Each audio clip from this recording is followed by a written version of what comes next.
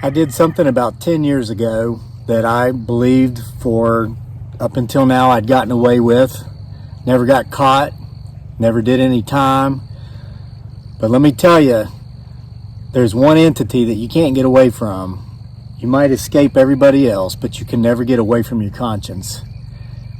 My conscience has eaten me up about this. And so I'm going to confess. I'm going to confess right here. I'm going to come clean. You can hear a lawnmower off in the distance. Try your best to ignore it. I was going to wait for that gentleman over there to finish his mowing before I set up the camera to tell this story because I didn't want the distraction, but I was afraid that if I waited, I'd chicken out. I'd cowered up and I wouldn't make this confession. So do your best to ignore the mowing.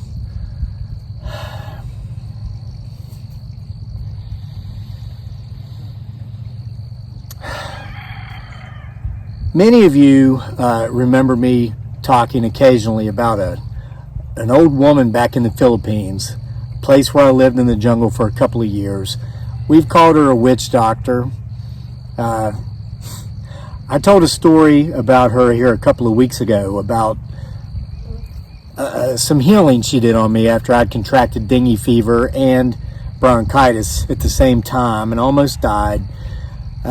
And some of you commented, yay, the witch doctor story. You've referred to it in the past, but you've never really told it. Well, what I will tell you was that was not the story. There was a particular story I thought I would never tell, and this is it. It's about that woman, and it's about a pen with a bamboo shaft, and it's about something I did with that pen that has eaten me up as far as my conscience goes, and it's got me kind of scared because the act has not quite been completed yet, but I'm afraid that it soon will be. So I knew this old woman in the Philippines, this witch doctor. I'd gone to see her. The very first doctor's appointment my son Daniel ever went to was to her. She, what I would say, miraculously cured him of his ailment. I had my doubts about it,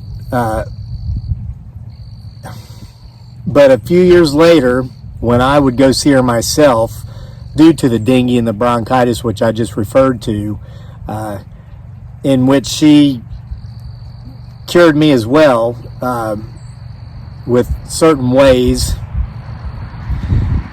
I quit questioning it. So I was in the Philippines. I called it my down and out in the Philippines years. We were broke, seriously broke. There were times when the only food we had to eat was that which we grew in our yard and that which we could scour from the jungle. We ate a big root-based diet because of, fortunately due to one plant in particular over there called gabi. When it's young, you can eat the part of the plant that grows above soil, but pretty much at all times you can eat the root, and it's like a giant potato, just a little bit softer than a potato. We ate that in soups, we fried it, but I was sick and tired of being broke, and it's beyond broke. We were third world poor, okay? I survived dengue fever, but I was scared to death my son would get it because he probably wouldn't. 1,000 children per year on the island that we lived on, Mindanao, died every year because they got dengue, and it wasn't because of the dengue itself, but it's because their families couldn't afford to have them treated for the dengue. Over there, things work different. And 80% of the rest of the world, if you go in to get treatment for an illness or for an injury in a hospital, if you don't have the money to pay for it, they don't treat you. You know, in America, we do. In the West, we do. Even if you don't have health insurance, even if you don't have money, they treat you. And then you might have to file for bankruptcy afterward because you can't afford to pay the bills. But they don't let you die in the waiting room. Well, that's not the case outside of Western civilization. So I needed to figure out how to make money. I was writing diligently. I was reading 10 novels a month, writing up to 10,000 words a day. I was working for some mainstream media publications, doing some blogging, but it was, trying to figure out how to get myself, my beautiful bride Dearly, aka Giggly Girl, and our son to the United States so we could live like this. We've got a different view here today. We've got the pond. I mowed today for the first time this year, and the lawn looks so beautiful. I just wanted to show you, wanted to give you a view. I'm proud of myself. I'll tell you, it's a big yard. We mow about 3 acres. Here's a panoramic view. You can't really see the back field because of the trees there separating it. And yeah, I know I get off on these segues, but I wanted to show you that. I'll tell you, what I love most about doing this kind of work myself is the sense of accomplishment after you're finished. Yeah, it took me about an hour and 45 minutes. I don't mow as much as I used to because a lot of these trees, a lot of the man-made forests we planted, a lot of the fruit orchards, let me show you this fruit orchard here, have grown up to the point to where I don't have to mow them now. Look at this, rows of trees. We've got 40 variously assorted fruit trees there that are doing really, really well. And all right, what's this have to do with my big confession, this sin? I'm sorry, I'm just showing off my property. Spring's here and it's beautiful. Well, that was my point. How I wanted to live like this, okay? Our kitchen in our old house here, full of food, more food than we can eat. The bills are paid. We got a couple bucks left over every month after we pay the bills. It's the exact opposite of the lifestyle we had over there in the Philippines. Now, how did it happen? How did we get here? Well, this has to do with my confession. I put it off long enough, so I'm gonna give it to you now. About a year after that witch doctor cured me of my dengue, bronchitis, I'd seen her cure my son. I wanted to know what more she could do for me. I got greedy. I went back and I saw her and I said, look, ma'am, I said, I need out of here. I need out of the Philippines. I'm worried about my son's future. He's like a year away from starting kindergarten. I want him to be educated in the U.S. And it's no offense towards the Philippines, but I wanted my son to have every opportunity. If he gets a U.S. education, he gets educated here, when he's finished with that, he can go live in the Philippines if he wants. He could go live in Europe if he wants. He could go live anywhere in the world, or he could stay in the U.S. and be successful if he wants. But if I didn't get him here to get him that education, his prospects would be limited. And this is no disrespect on the Philippines or other third world countries. This is just fact as we all know it, okay? So the witch doctor, I explained to her what I wanted in life. And she says, and what is it, the work that you do? And I said, I'm a writer.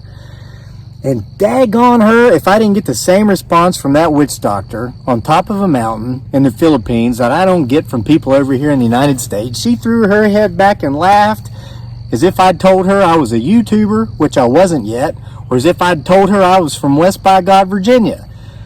For some reason, when you tell people you're a writer, you're a YouTuber, or you're from West Virginia, their first response is to laugh. Yeah, I've gotten used to it. I'm almost 50. I just still haven't figured it all out yet. So she threw her head back and she laughed and she said, and you want to be able to take your family to the United States, the land of milk and honey, and live happily ever after off of your writing. And I said, yes, ma'am, I guess I do, because I have no other skill sets, and I'm not very good at this one. I've just done it for a long time. I've done it very hard, but I'm not making any money off of this. She goes, okay. She goes, you need to go to the top of this mountain.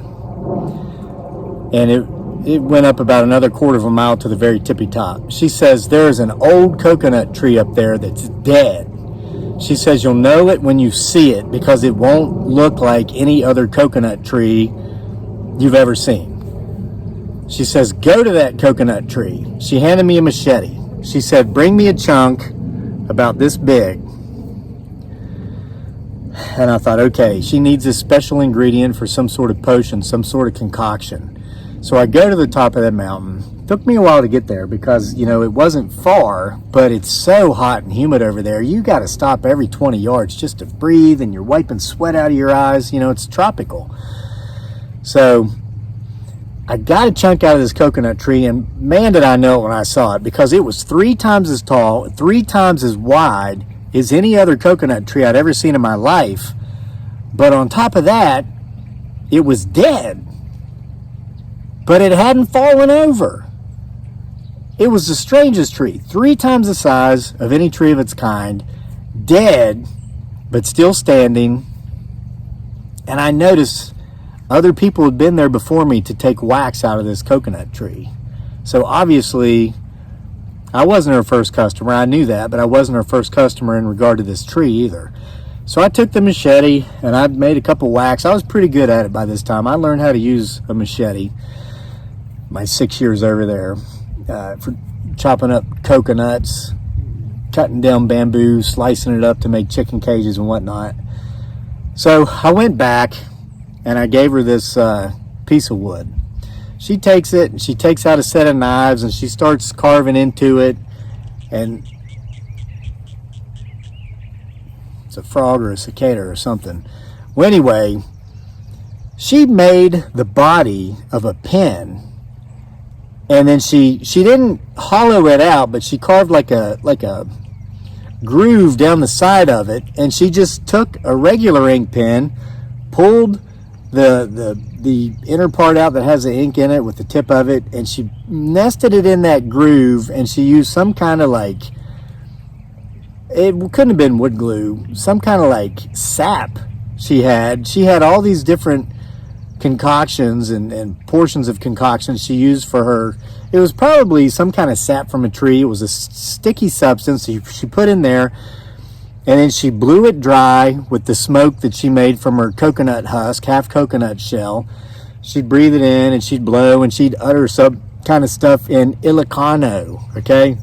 One of many, many, many languages spoken in the Philippines. I didn't understand Ilocano, but she was doing like an incantation or something with this smoke and all these things. Before she handed me the pen, she said, "What kind of writing specifically do you do? Do you write fiction? Do you write nonfiction?" And again, you're like, how would this witch doctor? Well, you need to go back and watch some of the other videos. She was very knowledgeable. I don't want to say she was very well educated. She was very learned. Okay, there's a difference. She didn't go to some formal institution of higher learning where she got a degree that says she's qualified to do something she's never attempted because she took a bunch of classes. She was a woman of the world. She was a woman of action, and she was a woman of doing. So she was very learned and she was very knowledgeable. And her husband, before he passed, if you'll remember from a previous story, had been a doctor in Japan who was drafted into the Second World War, and he was a medic in the Japanese Imperial Army who fled because of things they had him doing to POWs, hid out in the jungles of the Philippines for the rest of his life, and gave people free health care, okay? That's the woman, that was her husband. This woman was very knowledgeable, very learned. So she says, "Do you write fiction? Do you write nonfiction?" And I said, "I write both." I said, "I write nonfiction for some media outlets. I really don't like it, because they encourage me to not change the facts, but put a spin on it that would piss people off, because that's just how you get more clicks. That's how you sell more newspapers, all these things. But my passion," I told her, "is fiction." She says, "Take this pen." She says, "If you write nonfiction with this, as long as you're honest, as long as you don't change facts, and as long as your head and your heart is in the right place, and at the same time, you will have much success with this pen." And then she said, "I caution you should you choose to write fiction with this pen, because there will be some part of your story which is not very pleasant, which will come true." I left with the pen feeling torn. I guess I wanted a more clear answer for my problem. I thought maybe she'd give me a potion where she'd say, "Drink this," or maybe some tablets she made up. "Take 2 of these, and in the morning you'll be rich and famous. You'll be successful. You'll be able to buy airfare and take your family to the United States and live like this, happily ever after." But it wasn't the solution she gave me. She gave me a pen. So about a week or so went by, and I was thinking and trying to figure out what to do about our predicament. And I thought, well, why not use the pen? So even though, I was working for Yahoo at the time, everybody knows who Yahoo is, I call them like the biggest dummies in the history of the internet. You know why? Because about 20 years ago, Yahoo had the opportunity to buy Google for $1 million. $1 million. And Yahoo refused Google. They said, a standalone search engine that just finds stuff on the internet, that's not worth anything. Not now, not ever. Well, Google is what? The second largest company in the world now by market capitalization, second only to Amazon, and they go back and forth like that. Google owns YouTube, as a matter of fact. So anyway, Yahoo. I was working for Yahoo. I was writing more like journal articles at the time, not so much news. I mean, I would do some news every now and then, but I really didn't like doing news. So they would contact me. They'd say, hey, Veterans Day is coming up. You're a veteran. Write us an article about a veteran or something like that. So I wrote an article with my pen about women in combat because there was the Department of Defense actually was considering allowing females to enlist in combat arms, MOSs, military occupational services, like the infantry, like the field artillery. I wrote an article with my pen about a particular woman. Her name was Emily Pearson, that I served with in Iraq. We did convoy security. Emily, at times, would be our machine gunner. Okay, she was in combat actively. But because she was a female, she wasn't allowed to be part of our combat arms unit except for by attachment. And so that always blew my mind how women, they weren't allowed to have the really cool titles like infantryman or infantrywoman or Cav Scout or whatever, but they could be attached to our units and go out there and do everything we did and get killed and die with us. So I wrote an article called You've Come a Long Way, Soldier. This was just after, I guess it was, the Department of Defense had finally said, okay, women can do it. And there was a lot of backlash. A lot of men, ironically, who never served in the military were complaining about women now being allowed to be in combat arms, okay? Or a lot of men who never deployed. And I'm thinking, who are these guys, man? I fought in war with these women who did deploy. No one has the right to tell them that they can't do it, to tell others they can't do it. Nobody has the right to take away the glory these women earned by having done it. So I wrote that article with that pen, submitted it to Yahoo. Yahoo loved it. They circulated it heavily. Other media outlets and blogging organizations stole the article from Yahoo. It went viral, millions upon millions upon millions upon millions of views, of which I never got paid for, because, I wasn't working for those places. I don't care, whatever. It's how that scumbag industry works. But at the end of the year, Yahoo, it turns out they have this thing called the Yahoo Content of the Year Award. Among 600,000 writers they have who submit between 10 and 12 million articles per year, Yahoo picks 5 articles that win this award, Yahoo Content of the Year Award. That article I wrote with that pen was one of those 5 chosen. So the witch doctor was right. She was correct. It brought me big success. It brought me some money. I got $1,000 with that award, plus mega recognition. I started getting calls from mainstream media outlets. People I've seen on television were Skyping me in the Philippines. Media personalities saying, will you come work for us? And I'm like, I can't believe this. So I was working on some fiction at the time. I planned it to be a trilogy, short story collections called Trilogy of Terror. There was supposed to be Volume 1, Volume 2, and Volume 3. I'd written Trilogy of Terror, Part 1, Part 2. It's been about 10 years or so ago. But I stopped for 2 reasons. Well, I stopped. Here's why. I wrote one of the stories with this pen, okay?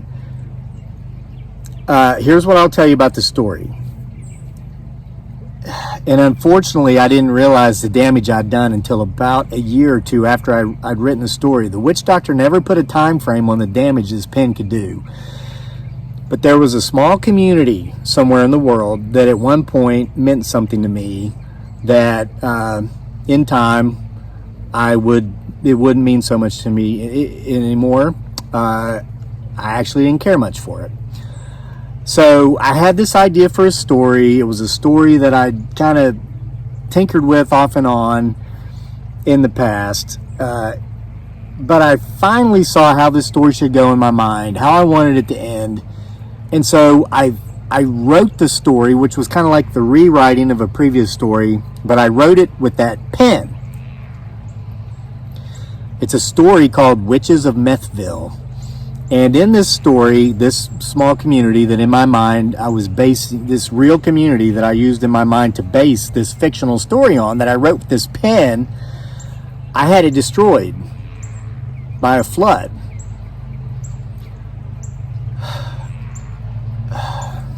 I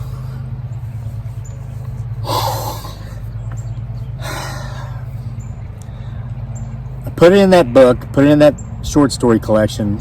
It was either Trilogy of Terror 1, Trilogy of Terror 2. I never wrote the third one, and this story is, you're going to understand why. I published it, and within a year, that real life community that I destroyed, that the fictional community was based upon, that I destroyed by way of flood with that pen, in real life was destroyed by a flood. Now, by the time this happened, me, my wife, our son, we were here. We hadn't bought this property yet, but we were in the U.S. and we were working on a deal to buy this property because I had become very successful with the media stuff. I had taken up the offers of some of those people that were making me offers after that Yahoo piece that I'd written with that pen did so well. We were making more money than I ever imagined, and I still had my pen. So when this community got demolished, just destroyed in this flood, I thought to myself, I've got to get rid of this pen. But now here,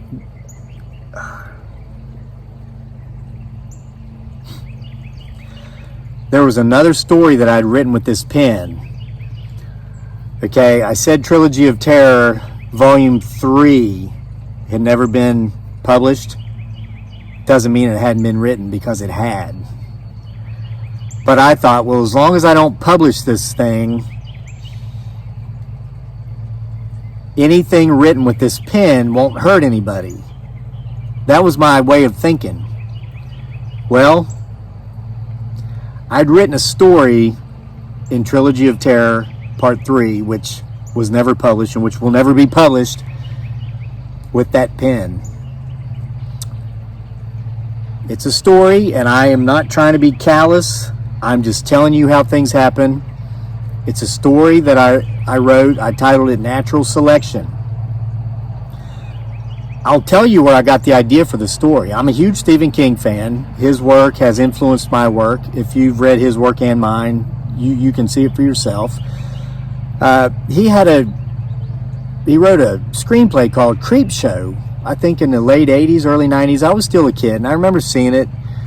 I've seen it several times, but there was one story in this screenplay, which was made, you can go get it on Netflix or Amazon or whatever, Creepshow.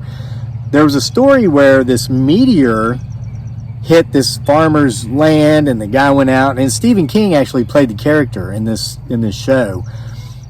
Jody Verrill, I think, was his name, which is funny because his editor's name is something Verrill. It's probably a nod towards his editor.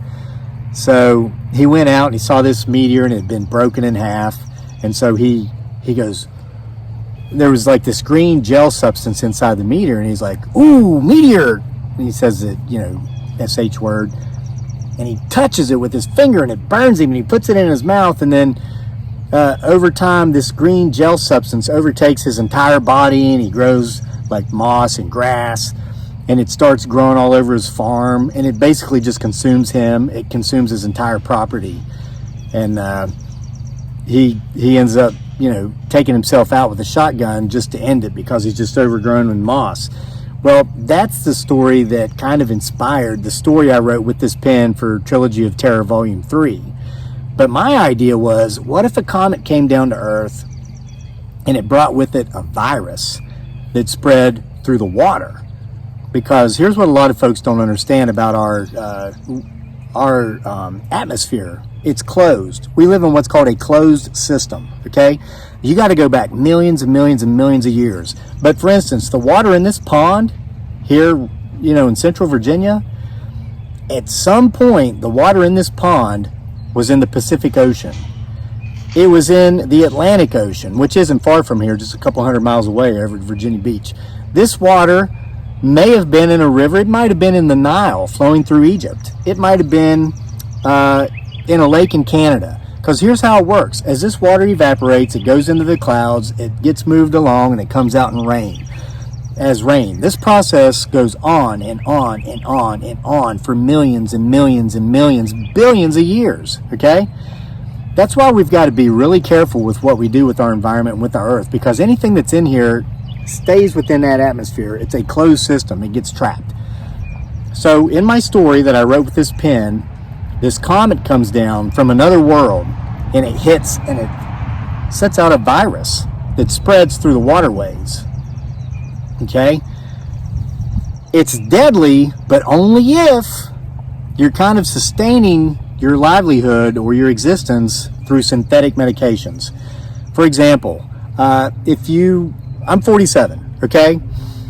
Anytime I've ever gone to the doctor and the doctor said, you put on 10 pounds since last year, your blood pressure's up, what's going on? I say, well, I guess I've been kind of resting on my laurels, doc. I need to get back into jogging a little bit more. Maybe I'll pick up mountain biking since jogging kind of hurts my back where I've got some issues and I need to eat less ice cream. And that's what I do. And 90 days later, my numbers are fine, okay? Clean bill of health. But now if you're 47 like me and you go in and the doc says, well, you put on 20 pounds since last year and your blood pressure's up and these numbers don't look good, what's going on? And you say, well, doc, I just work so much and I'm not that, teenage high school football player that I used to be, or that, college track guy I once was. Who's got time to exercise? And my gosh, I'm so worn out when I get home from the office. I'm putting in 60 hours a week because I'm trying to get promoted, and I don't even have time to cook, and my wife works, so we just pick up drive-through and we sit on our butts and watch the news, and we sure do hate whoever that guy is in the White House this year, but boy, those Big Macs are nice. Hey, I know my numbers don't look that good, doc. Can you just write me a script? And unfortunately, so many doctors say, yeah, you're right. You're getting up there in years and everybody's busy here. Just take these tablets. If that's who you are, this virus would kill you. That's why guys, you know how they say truth is stranger than fiction? This is the kind of stuff you can't make up, because I'm not making this up.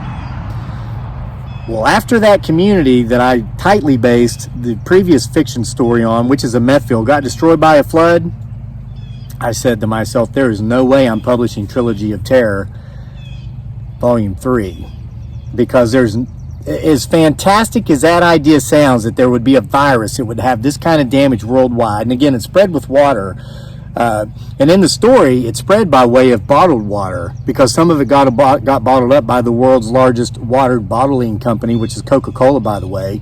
That's why Aquafina is so expensive. Not only do they just sell that, but they donate a ton of water anytime there's disaster, catastrophe, famine. So that's how the virus spread in the story. Thought, man, that is just too fantastic. No one would believe that. But I said, don't take a chance, because you wrote that with that pen. Don't publish that book. But alas, it appears as if just by having written that story, the damage has been done. I had to get it off my chest because of the guilt I've carried with me all these years, this sin I've committed with this pen. And it's not just so much because an entire community was destroyed by flood. That's terrible. And it's not so much that as fantastic as the story I wrote about a super virus sounds. And I know it could just be coincidence, but I had to get this off my chest, because there's one more story I wrote with that pen. If you believe in God, you might want to spend some time getting right with your Maker.